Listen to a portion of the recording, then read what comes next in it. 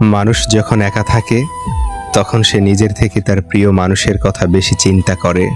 জীবনের মানে সেদিন বুঝবে যেদিন সময় আর পরিস্থিতি একসাথে আঘাত করবে। আজকাল মানুষ প্রশংসা করে লোভে আর সমালোচনা করে ক্ষোভে।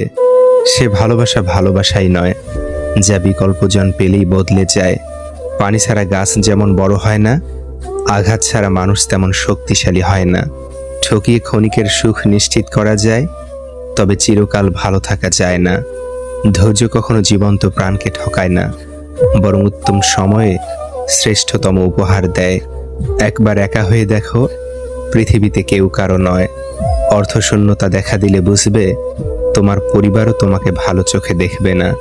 পৃথিবীর সবচেয়ে ভয়ঙ্কর রোগের নাম হচ্ছে মায়া, যেটা মানুষকে মৃত্যুর আগে জীবন্ত লাশ বানিয়ে দেয়।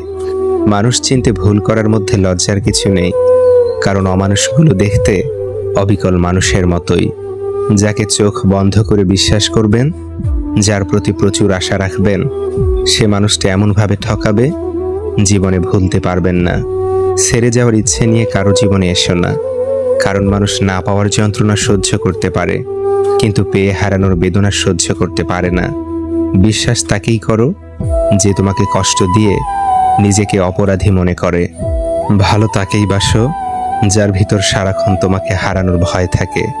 টাকা ছাড়া বন্ধু হয় না, চেহারা ছাড়া প্রেম হয় না, স্বার্থ ছাড়া কেউ খোঁজ খবর নেয় না। এটাই হলো বাস্তবতা। যে অন্যকে ছেড়ে তোমার কাছে আসতে পারে, সে তোমাকে ছেড়ে অন্য কারো কাছে যেতেও পারে।